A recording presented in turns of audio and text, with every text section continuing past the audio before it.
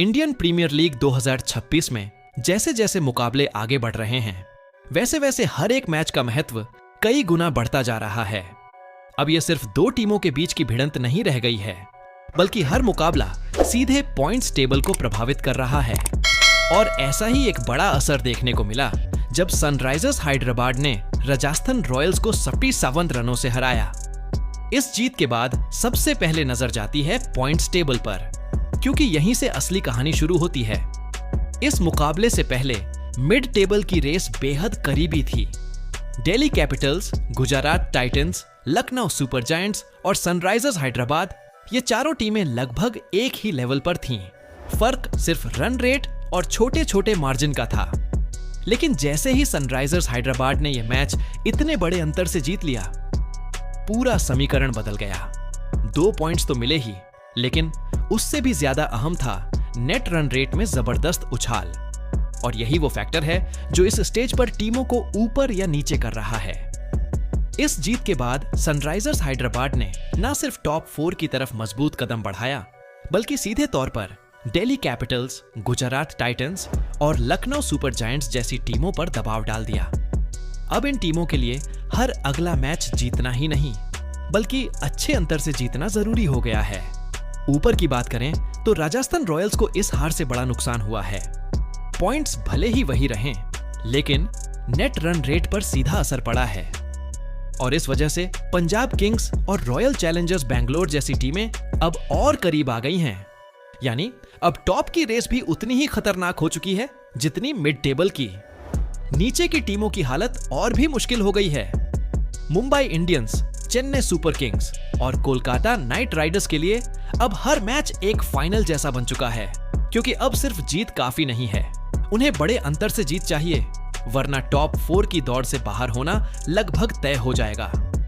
अब जरा मैच की कहानी को समझते हैं, क्योंकि यहीं से असली फर्क पड़ा। टॉस के बाद जब सनराइजर्स हैदराबाद ने बल्लेबाजी चुनी, तो शुरुआत उम्मीद के मुताबिक नहीं रही। अभिषेक शर्मा बिना खाता खोले आउट हो गए और टीम पर शुरुआती दबाव साफ नजर आने लगा। लेकिन यहीं से मैच ने करवट ली। क्रीज पर आए ईशान किशन और शुरुआत में थोड़ा समय लेने के बाद उन्होंने जो खेल दिखाया, उसने पूरे मैच की दिशा बदल दी। हर ओवर के साथ उनका आत्मविश्वास बढ़ता गया। Cover drive, pull shot, square cut, हर शॉट में क्लास और पावर दोनों दिखाई दी। 54 गेंदों में 91 रन, ये सिर्फ आंकड़ा नहीं था, ये एक गेम चेंजर पारी थी। उन्होंने न सिर्फ रन बनाए, बल्कि दूसरे बल्लेबाजों के लिए मंच भी तैयार किया। दूसरे छोर से हाइनरिच क्लाउसेन ने वही किया जिसके लिए वो जाने जाते हैं, तेज रन, बड़े शॉट्स और लगातार दबाव बनाए रखना। उनकी 40 रनों की पारी छोटी जरूर थी, लेकिन असरदार बहुत थी। उन्होंने रन रेट को गिरने नहीं दिया। इसके बाद आखिरी ओवरों में नीतीश रेड्डी ने तेजी से रन बटोरे, कुछ शानदार शॉट्स लगाए और टीम को 200 के पार पहुंचा दिया। जब स्कोर 216 तक पहुंचा, तब साफ हो गया था कि यह टारगेट आसान नहीं होगा। लेकिन T20 क्रिकेट में कुछ भी मुमकिन होता है।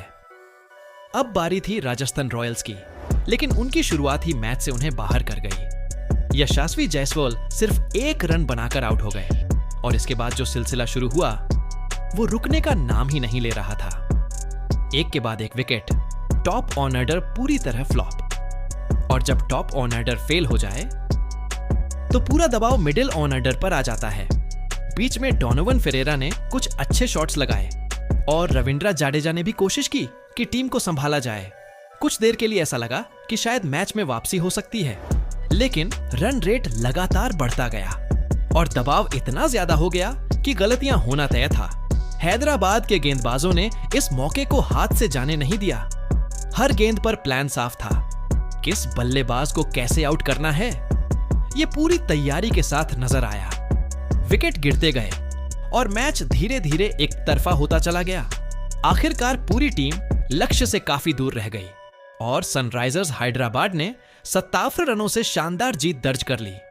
ये जीत सिर्फ स्कोर लाइन की नहीं थी, ये एक मैसेज थी कि अब इस टीम को हल्के में लेना भारी पड़ सकता है, कि अब पॉइंट्स टेबल में कोई भी टीम सुरक्षित नहीं है और कि इस सीजन में आखिरी तक कुछ भी तय नहीं होने वाला।